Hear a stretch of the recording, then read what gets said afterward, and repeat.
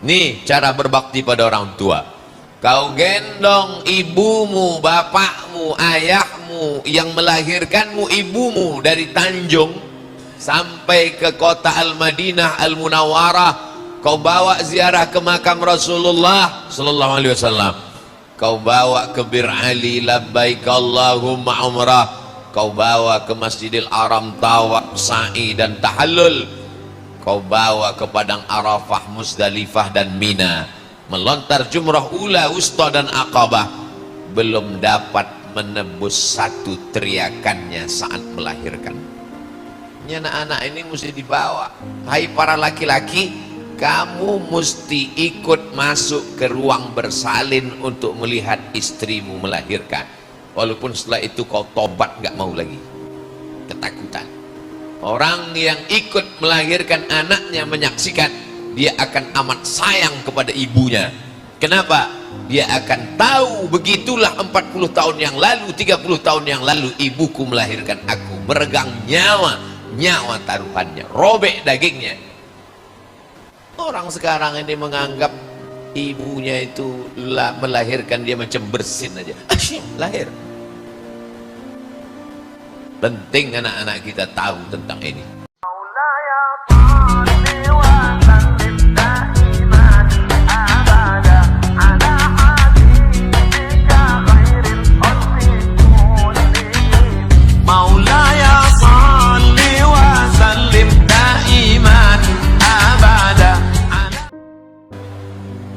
Jadi jangan nanti ceramah saya ini hanya ditujukan untuk masjid tempat saya tausiah. Yang pertama, mengurus akta ikrar wakaf. Orang yang mewakafkan tanah, memberikan tanah kepada nazir wakaf, dalam hal ini adalah yayasan atau pengurus masjid, disaksikan oleh Bapak Kepala Kantor Kementerian Agama Pak Kua, lalu kemudian diakadkanlah di sana. Saya akadkan tanah ini untuk pembangunan masjid tunai, saya terima, kata nazir, dicatatkan oleh Pak Kepala Kantor Urusan Agama Pak Kua. Masuk jam 8, keluar jam 10, dapatlah satu lembar namanya akta ikrar wakaf. Ustadz kok tahu? Saya udah ngurus. Karena kalau surat akta ikrar wakaf ini tidak kita urus, maka surat tanah tidak bisa diproses di BPN, Badan Pertanahan Nasional. Kalau nama masih tetap nama orang, nama person, anaknya baik, cucunya baik, hari berganti musim berubah, harga tanah melambung tinggi, dibangun mall, gedung tinggi, kondominium, harga tanah yang dulu tidak laku tempat jin buang anak tiba-tiba melambung tinggi, lalu kemudian orang pun menjual tanah, dan sekarang banyak tanah masjid pun dijual orang. Kuburan pun kalau tidak dipasang batu nisan dijual orang juga. Dulu orang takut sama hantu, sekarang hantu takut sama developer. Saudaraku yang dimuliakan Allah Subhanahu wa taala, inilah pentingnya mengurus akta ikrar wakaf. Ini saya sampaikan di sini karena kita selalu berdasarkan husnuz prasangka baik. Ingat, setan belum pensiun. Alladzi waswisu fi sudurin nas. Kalau yang berbisik itu dari kalangan jin, kita bacakan ayat kursi. Yang jadi masalah yang berbisik itu minal jinnati wan nas. Yang berbisik itu manusia. Itu kan tanah kakekmu dulu, betul? Coba lihat, cek tanah, masih nama dia, ayo kita jual ya.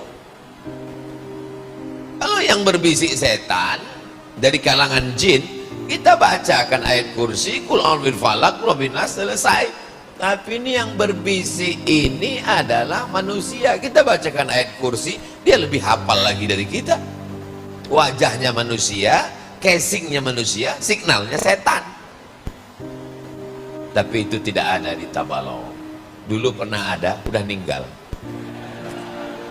Orang Tabalong baik-baik. Ustadz Somad ini basa-basinya luar biasa. Loh, Apa nggak hadir tadi malam? Tadi malam di Tabalong kan? Kabupaten Tabalong tadi malam penuh kebun karet.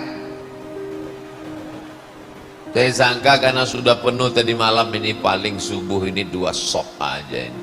Ternyata Pak Bupati masih hadir, Pak Kapolres masih hadir, Pak Dandim masih hadir, Pak Wakil Bupati datang semua. Luar biasa. Ini orang-orang istiqomah iman dan Islam. Mudah-mudahan kita mendapatkan limpah barokah dari mereka semua insya Allah. Nih cara berbakti pada orang tua. Kau gendong ibumu, bapakmu, ayahmu yang melahirkanmu, ibumu dari Tanjung sampai ke kota Al-Madinah Al-Munawwarah. Kau bawa ziarah ke makam Rasulullah sallallahu alaihi wasallam. Kau bawa ke Bir Ali labbaik Allahumma umrah. Kau bawa ke Masjidil Haram tawaf, sa'i dan tahallul. Kau bawa ke Padang Arafah, Musdalifah dan Mina, melontar jumrah ula, wusta dan Aqabah. Belum dapat menebus satu teriakannya saat melahirkan. Ini anak-anak ini mesti dibawa. Hai para laki-laki, kamu mesti ikut masuk ke ruang bersalin untuk melihat istrimu melahirkan. Walaupun setelah itu kau tobat nggak mau lagi, ketakutan. Orang yang ikut melahirkan anaknya menyaksikan, dia akan amat sayang kepada ibunya. Kenapa? Dia akan tahu begitulah 40 tahun yang lalu, 30 tahun yang lalu ibuku melahirkan aku, meregang nyawa, nyawa taruhannya, robek dagingnya.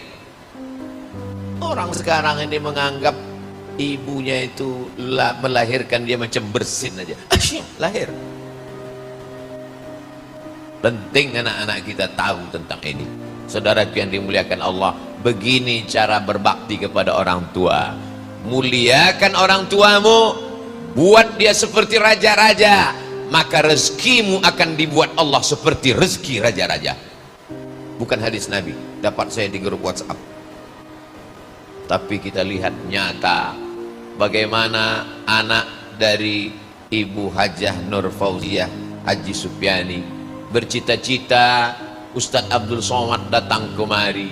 Ustadz Abdul Somad bukan tinggal di Jakarta yang pesawatnya sekali sampai ke Tabalong, langsung datang ke Banjarmasin, langsung ke Tanjung. Ustadz Abdul Somad tinggal di kampung di Provinsi Riau, Pulau Sumatera, yang datangnya ke Kalimantan Selatan hanya setahun sekali, dan jadwalnya tak bisa diprediksi, tidak bisa dipesan, tidak bisa dikatakan datang tanggal sekian. Kenapa bisa terwujud hari ini? Tetapkan targetmu, alam akan membantu. Itu kata orang ateis yang tidak bertuhan. Orang kalau tidak bertuhan, begitu cara berpikirnya. Tetapkan targetmu, alam akan membantu. Tapi orang yang bertuhan, luruskan niatmu, Allah akan menolongmu. Maka beliau luruskan niat, angin puting beliung tak berhembus, pucuk dicinta ulam pun tiba. Tiba-tiba datanglah Ustadz Sufyan Tsauri mengatakan, Ustadz Somad mau datang. Wow, amazing. Akhirnya kita bertemu. Beliau mencerita itu penuh dengan haru. Saya lebih haru lagi, karena saya juga berharap supaya bisa menyampaikan cita-cita membangun masjid atas nama ibu saya. Ini adalah sunnah hasanah yang baik. Man sanna fil islami sunnatan hasanatan, siapa yang membuat tradisi yang baik, falahu ajruha, dia dapat pahalanya, wa ajru man amila biha, orang lain pun akan dapat melimpah pahalanya sampai hari kiamat insyaallah. Anak-anak dari Ibu Hajah Nur Fauziah Haji Supyani tidak ada menceramahi kita, mari berbakti pada orang tua, nggak ada. Mereka diam, mereka cukup membangun masjid, semua orang akan datang. Ibu-ibu nanti akan datang bawa anaknya pengajian sore-sore, malam, tarawih, witir, iktikaf. Ini namanya masjid apa, Mak? Ini namanya Masjid Hajah Nur Fauziah Haji Supyani. Itu nama siapa, Mak? Itu nama ibu dan ayah orang yang membangun masjid ini, Nak. Kau juga begitu. Nanti kalau ibu sudah meninggal atau sekarang pun nggak apa-apa, kau bangunkan masjid. Untuk sementara musola dulu ya mak, nggak apa-apa, itu DP-nya. Innamal a'malu binniat. Jangan mati sebelum bangun masjid. Mudah-mudahan niat kita sampai. Tapi saya Pak Ustadz, rasanya saya nggak bisa Pak Ustadz, saya bukan orang kaya, uang nggak ada. Niat aja takut, bermimpi aja takut, gimana mau mendapatkan mimpi jadi kenyataan? Tiba-tiba saya ceramah di Jambi, dibawa lewat hutan, keluar hutan, jalan berlobang, buka mata, tutup mata, belum juga sampai. Akhirnya setelah beberapa jam sampai di sebuah musola kecil. Saya mau nanya panitia segan, ada apa ini gerangan? Siapa yang membangun musola ini? Kenapa mesti saya yang meresmikan? Tiba-tiba keluar polisi, kumisnya melintang. Saya pun jadi terdiam. Siapa ini? Pak Kapolsek. Kapolsek kan yang paling rendah. Kapolri, Kapolda, Kapolres, Kapolresta, Kapolsek. Level paling bawah. Kalau surga ini yang kaki limanya. Ada apa ini Pak Kapolsek? Saya ngelihat orang kalau urusan di kantor Polsek ini susah mau sholat. Jadi saya bercita-cita dengan kerendahan, dengan ketidakberdayaan saya bangun masjid, dan saya cita-cita kalau masjid ini selesai yang meresmikan Musti Ustadz Abdul Somad. Akhirnya saya pun datang ke masjid itu meresmikan. Bapak meresmikan ini uangnya dari mana? Dari negara? Enggak Pak Ustaz, kami aja iuran sesama aparat. Pak polisi ini kan enggak terlalu sulit, dia tinggal print selesai dapat bangun masjid. Makanya selagi masih semprit berbunyi, bangunlah masjid. Nanti sampai masanya sempritnya ada, tapi kau nggak bisa meniup lagi. Mumpung masih ada jabatan kekuasaan, tanda tangan masih laku, bangun masjid. Gimana? Siap bangun masjid? Bangun masjid. Ini yang saya ceritakan ini bukan angan-angan, bukan di awang-awang. Saya sudah melihat secara nyata di tengah masyarakat. Bapak Ibu semua, berniatlah. Ada yang lebih hebat daripada amal. Apa dia? Niyatul mu'min khairum min amalihi. Niat orang beriman lebih baik daripada amalnya. Loh, kok niatnya lebih baik daripada amalnya? Amalnya bisa disusupi ria, tapi niatnya tidak bisa. Maka siapapun yang berniat bangun masjid, mati dia meninggal, dia sudah dapat yang dia niatkan. Siapa yang niat tahajud tadi malam, terbangunnya pas azan subuh, dia sudah dapat niat tahajud. Ketidurannya sampai azan subuh adalah sodakoh dari Allah. Tapi jangan tiap malam. Ini banyak jamaah ini dijadikannya dalil. Istrinya nanya, papa nggak sholat tahajud? Siapa yang berniat? Itu sekali-sekali beb, bukan tiap malam. Innamal a'malu binniyat. Berniatlah ingin membangun masjid. Makanya kalau kita keluar masjid beda dengan doa masuk masjid. Allahumma ftahli abwaba rahmatik, bukakan untukku pintu rahmatmu. Tapi kalau keluar dari masjid, Allahumma inni as'aluka min fadlik, bukakan untukku pintu-pintu rezekimu. Yang punya ruko, yang punya toko, makin semangat bisnis.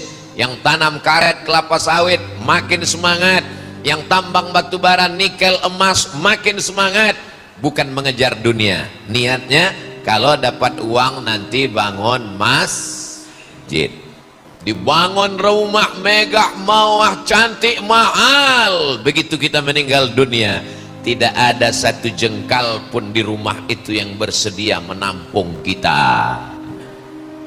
Rumah-rumah bapak yang mewah, yang megah, yang cantik, yang mahal, yang keramiknya luar biasa, impor dari Itali. Orang masuk ke ruang tamu sampai ngangkat kain, disangkanya air basah, rupanya ada kolam ikan di bawah, ikan mas. Saya yang pakai sarung jadi takut dilihat ikan dari bawah. Orang-orang kaya ini macam-macam bentuk rumahnya, tapi begitu meninggal dunia, rumah yang besar itu tinggal, mobil mewah tinggal, dipakai ibu dengan suaminya yang baru, brownies. Hari ini bapak boleh tersenyum, tapi pas di jalan nanti pulang, betul juga kata Ustaz. Ternyata mobil ini nanti akan dipakai orang lain, rumahku akan dihuni orang lain, dibagi kepada anak cucu menantu.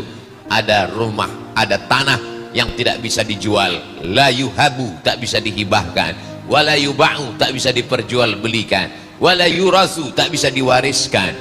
Apa dia? Itulah tanah wakaf untuk masjid. Silakan punya tanah sejauh mata memandang, silakan punya kebun 7 turunan, tapi sisakan untuk masjid. Saya pun diundang tausiah. Ini siapa yang punya ruko-ruko banyak ini Pak? Ini yang punya 1 orang Pak Ustaz, kaya sekali. Oh kaya. Ini siapa yang punya kebun karet luas ini Pak? 1 orang yang punya Pak. Masya Allah. Jadi kalau gitu di kampung ini ada 2 orang kaya? Enggak, kanan kiri dia yang punya. Mana sekarang orangnya? Udah mati. Ada dia bangun masjid? Enggak ada. Ada dia bangun pesantren? Enggak ada. Ada anaknya yang sekolah agama?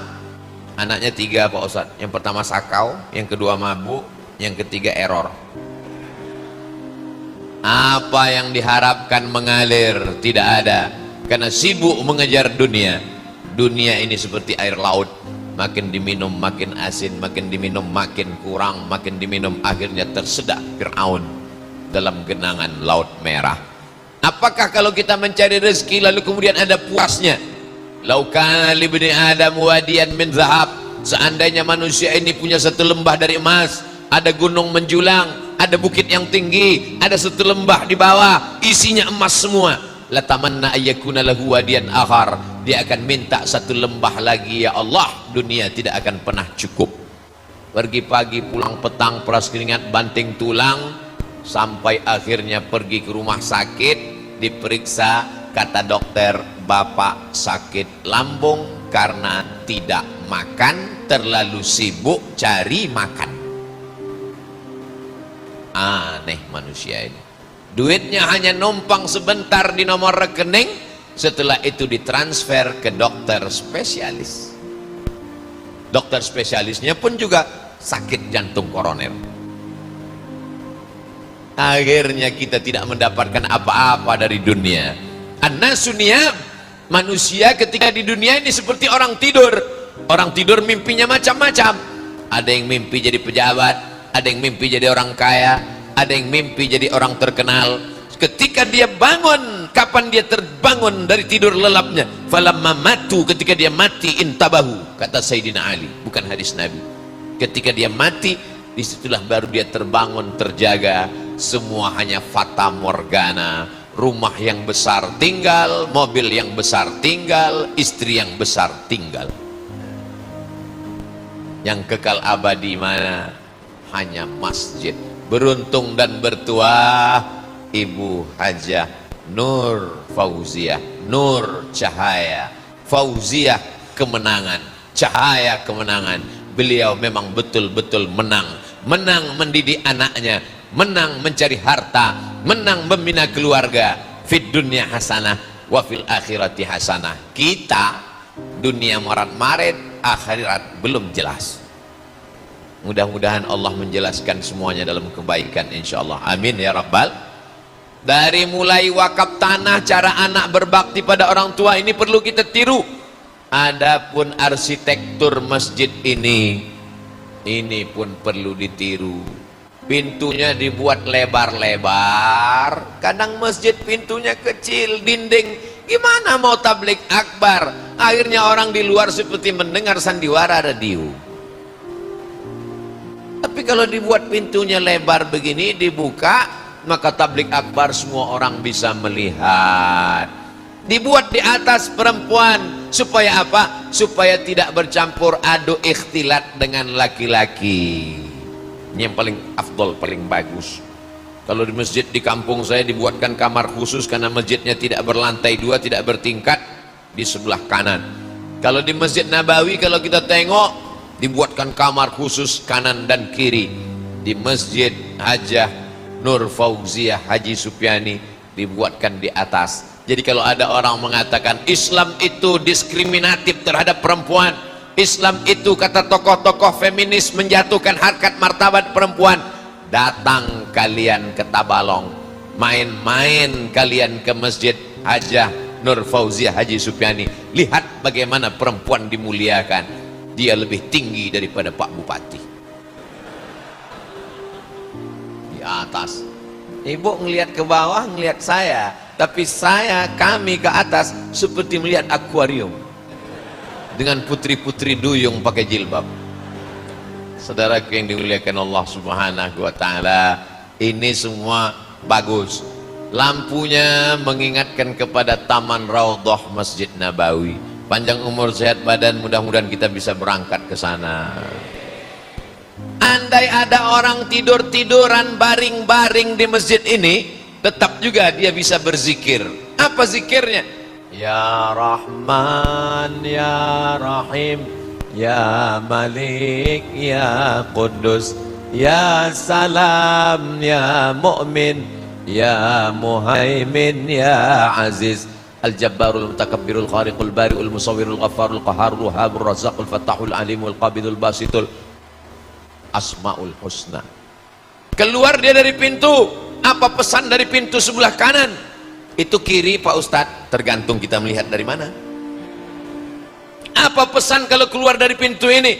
Ya ayyuhalladzina amanu, hai orang-orang yang percaya bahwa dia akan mati menghadap Allah, diminta pertanggungjawabannya. Ittaqullah, takutlah kepada Allah, haqqa tuqatih, sebenar-benar takut.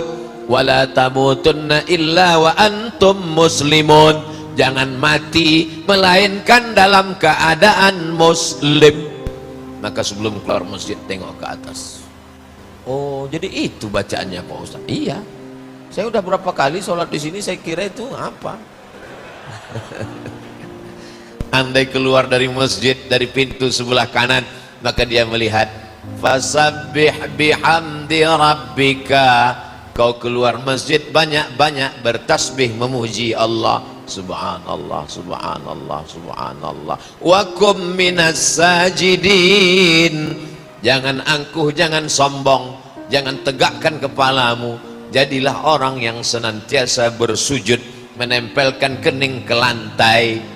Wa'bud rabbaka hatta ya'tiyakal yaqin, beribadahlah terus kepada Allah sampai kematian datang.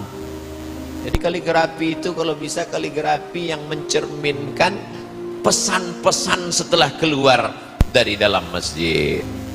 Karpetnya bagus, tapi yang paling berkesan, awal kesan pertama saya masuk tadi adalah sound systemnya. Karena tadi malam saya sudah tausiah menggelegar, suara hilang. Tiba-tiba tadi diminta Ustadz Somad mohon jadi imam, mau ditolak segan. Dalam hati saya, mudah-mudahan mikrofonnya sehat.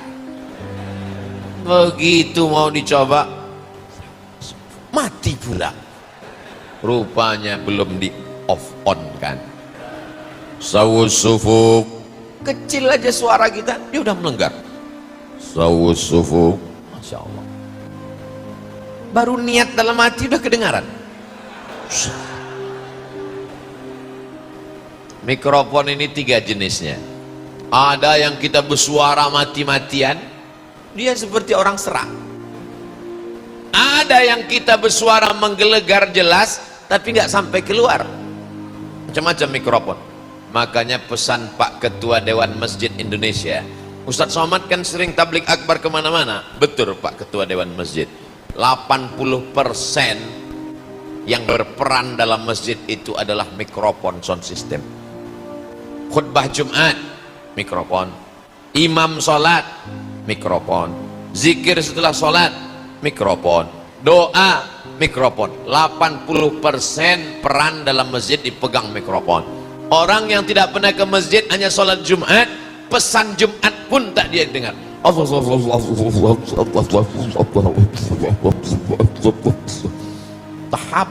kata khotib. Tapi tadi Masya Allah, padahal suara saya itu serak, bisa keluarnya bening. Ini perlu dicari mereknya apa. Bismillahirrahmanirrahim. Alhamdulillahi Rabbil Alamin. Ini Masya Allah tabar. Suara saya biasa-biasa aja, mikrofonnya yang luar biasa. Nah, AC dipasang supaya apa? Tenang, adem, ayem. Saya Ustadz Somad entah kenapa kalau sholat berzikir di masjid aja Nur Fauziah Haji Supiani itu hati saya tenang, terasa sejuk. Apa enggak sejuk? Dekat AC, lampunya terang benderang, bangunannya arsitekturnya bagus. Jadi orang-orang yang mau bingung mencari agama, dia coba jalan-jalan ke masjid, melihatnya dia jadi nambah hidayah mau masuk Islam. Ternyata orang Islam itu bersih, rapi, elegan, mewah, cantik, indah. Ada orang tertarik mau masuk Islam gara-gara baca sejarah Nabi, ditulis oleh orang orientalis, namanya Michael H. Hart. 100 ranking tokoh dunia, Nabi Muhammad SAW nomor 1, ditulis oleh Karen Armstrong, sejarah Nabi Muhammad SAW. Lalu mereka pun coba-coba jalan ke masjid mau masuk Islam. Begitu sampai di masjid, yang pertama kesannya bau pesing. Begitu keluar masjid, sendal hilang, gak jadi dia masuk Islam. Tapi insya Allah kalau dia jalan-jalan ke Kabupaten Tabalong, dia lihat masjid yang cantik dan indah ini, masjid sekaligus sebagai sarana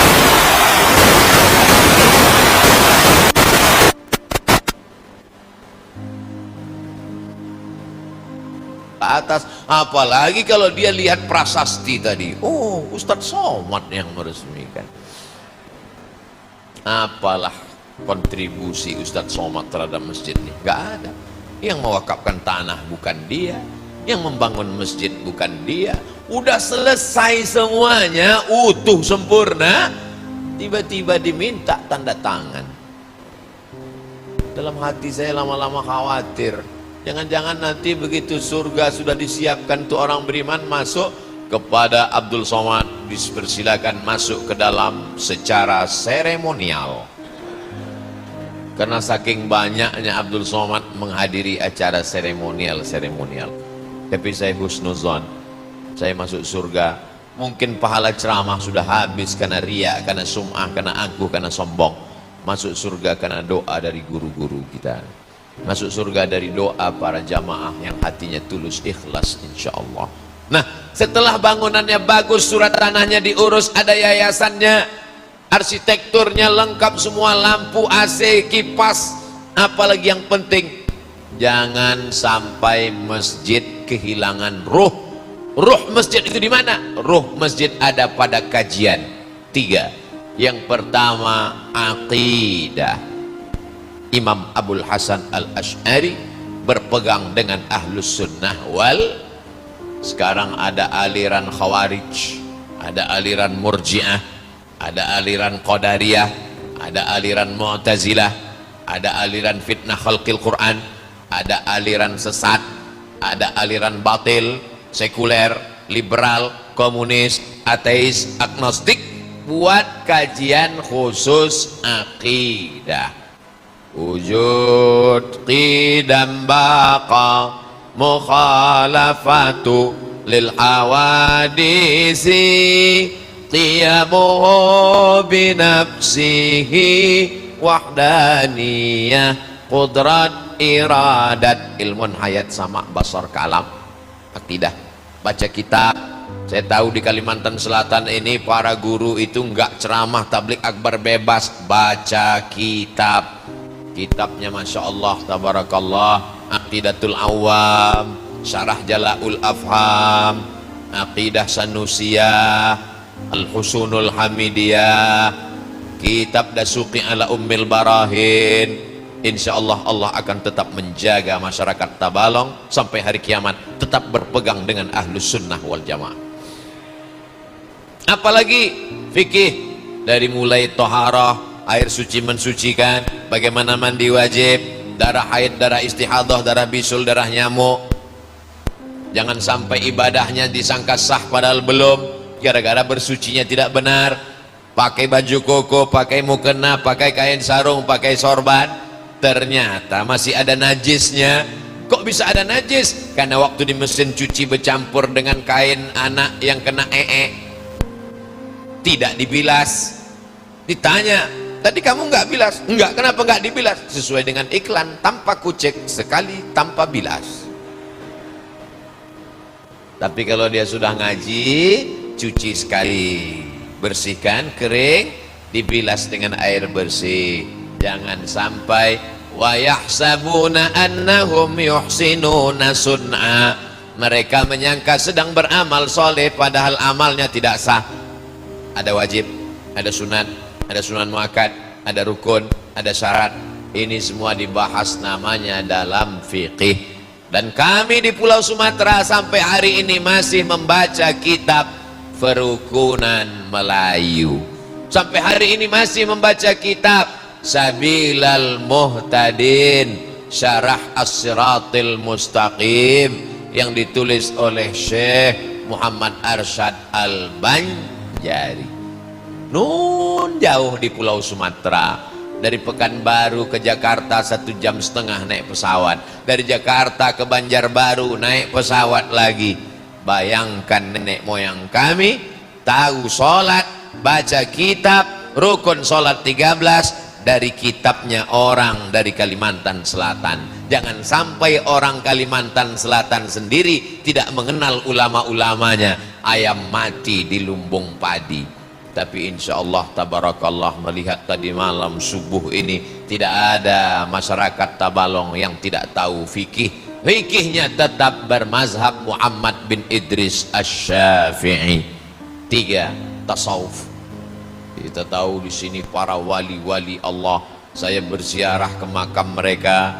Dulu kakak ibu saya bercerita, mereka ngaji tasawuf, nama kitabnya adalah Durrun Nafis, yang ditulis oleh Syekh Muhammad Nafis Al-Banjari. Maka ketika saya ada kesempatan tausiah ke Tanah Banjar, saya minta tolong bawa saya ke makam Syekh Muhammad Nafis Al-Banjari. Sampai tolong bawa saya ziarah ke makam Syekh Muhammad Arsyad Al-Banjari. Sampai tolong bawa saya ziarah ke makam Abah Guru Sekumpul. Sampai para wali-wali Allah, mursyid-mursyid tarekat. Jangan sampai kita tidak belajar tasawuf. Diambil dari kata sofa, mensucikan hati. Proses tasawuf itu 3. Yang pertama, tahalli, kosongkan hati dari hasad, dengki, dendam, kesuman, ujub, busuk hati. Setelah hati bersih, barulah dia tahalli, diisi dengan zikir, ridha, qanaah, tawakal yang baik-baik. Setelah itu barulah tajalli, hadiah dari Allah Subhanahu wa ta'ala. La ya'rifuha illa man dzaqaha, yang mengetahuinya hanya orang-orang yang pernah merasakannya. 3 ini paling tidak dalam sepekan. Kalau ada dibuat pengajian seperti ini, Senin malam Selasa akidah, Selasa malam Rabu fikih, Rabu malam Kamis tasawuf, Kamis malam Jumat wirid Yasin sekaligus tahsin.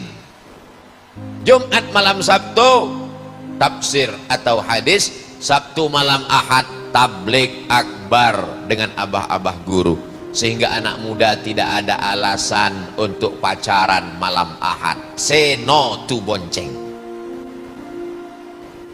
Gimana bang, kita jalan nanti malam? Tidak, karena ada jadwal tabligh akbar pengajian di Masjid Hajah Nur Fauziah Haji Supiani.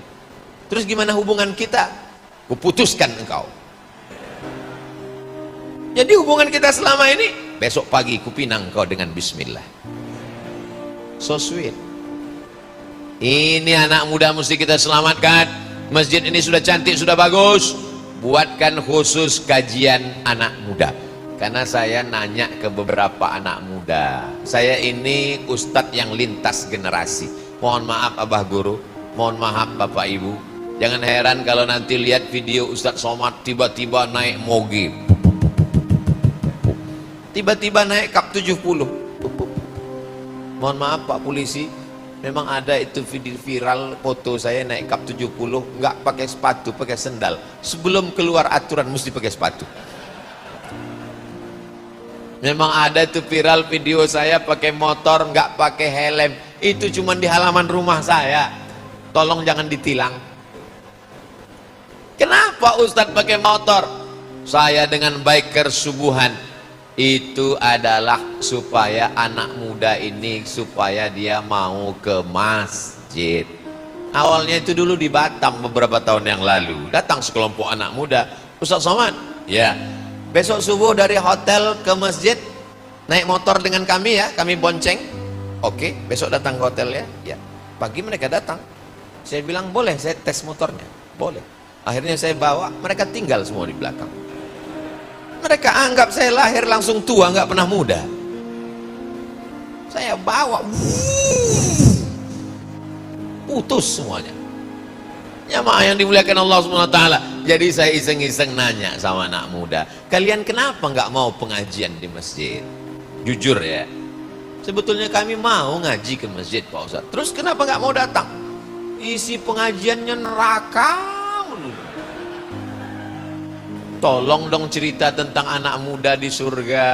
Oh, maka sejak itu saya robah sedikit isi pengajian. Dulu ceramah saya neraka semua. Neraka, neraka.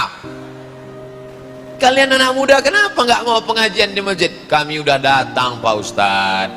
Maunya kami tolonglah motivasi kami tentang semangat belajar, cita-cita nanti mau jadi pengacara, mau jadi dokter spesialis. Tiba-tiba pengajian isinya, pengajian kita malam ini judulnya malam pertama di alam barzah. Kami ini Pak Ustadz nggak mau terlalu banyak ceramah Pak Ustadz. Kami mau pengantar dialog aja. Ceramahnya cuma 15 menit. Kami mau dialog interaktif Pak Ustadz. Maunya kalian gimana? Kalau bisa narasumbernya 3. Ada Ustadz, ada dari BNN Badan Narkotika Nasional Kepolisian, ada dari dokter psikolog untuk penyuluhan supaya jangan sampai pakai narkoba dan ganja. Bagus, khusus anak muda. Orang tua boleh datang, jangan minder kalau nggak nyambung. Anak muda ini kapan pengajiannya? Buat subuh ahad. Kenapa subuh ahad? Subuh ahad libur, membiasakan mereka bangun subuh di hari libur. Karena banyak sekarang ibu-ibu membangunkan anaknya hari subuh ahad. Bangun, bangun, bangun, ayo ke masjid. Datang bapak, biarkan ma. Ini kan tanggal merah. Tidak ada istilah tanggal merah. Kalau sudah waktu sholat datang, maka kalau dibuatkan pengajian anak-anak remaja, buatkan pelatihan penyelenggaraan jenazah. Ini banyak sekarang saya lihat di beberapa masjid penyelenggaraan jenazah yang ikut orang tua. Orang tua nggak perlu ikut, karena mereka yang mau diselenggarakan. Penyelenggaraan jenazah itu dibuat pesertanya anak kita, supaya kalau Abdul Somad meninggal, yang ngurus itu anaknya. Makanya Sayyidina Ali, banyak orang nanya, kemana Sayyidina Ali? Ketika sahabat sibuk di Saqifah Bani Sa'idah membahas siapa yang akan menggantikan Rasulullah, siapa khalifah, siapa Amirul Mukminin, Sayyidina Ali kok nggak ada? Sayyidina Ali, Abbas, Abdullah bin Abbas, Sayyidina Al-Hasan, Sayyidina Al-Husain, Fadl bin Abbas, mereka sibuk ngurus jenazah Nabi. Karena yang paling bagus ngurus jenazah kita itu anak kita. Iya, kalau ibu dulu orangnya baik. Kalau ibu orangnya sombong, diurus jenazah sama penyelenggara. Ini kan yang sombong dulu. Hari pembalasan. Langsung mereka ambil semprot cuci mobil. Rasakan. Tapi kalau orang baik-baik, mereka akan siram dengan pelan. Tapi penyelenggaraan jenazah ini modalnya besar Pak Ustadz. Mana ada modal? Kain putih, kapur baros, daun sidir, boneka untuk mandikan. Gak usah pakai boneka. Pilih salah satu anak-anak muda itu, mana yang paling jarang sholat, nah itu mandikan. pakaikan baju kaos, pakai celana pendek, mandikan. Nah, jamaah sekalian, adik-adik, ini cara penyelenggaraan jenazah. Telinganya diambil kain, dibalut, nah telinganya dikorek. Jenazah nggak boleh senyum, dibuatkan videonya. Jadi masjid kita mesti punya channel YouTube. Saudaraku dimanapun berada, dari Sabang sampai Papua, bahkan yang ada di perantauan, saudaraku yang ada di seluruh dunia, jangan lupa saksikan penyelenggaraan jenazah yang dibuat di Masjid Hajah Nur Fauziah Haji Supyani. Jangan lupa subscribe, like, share, and comment.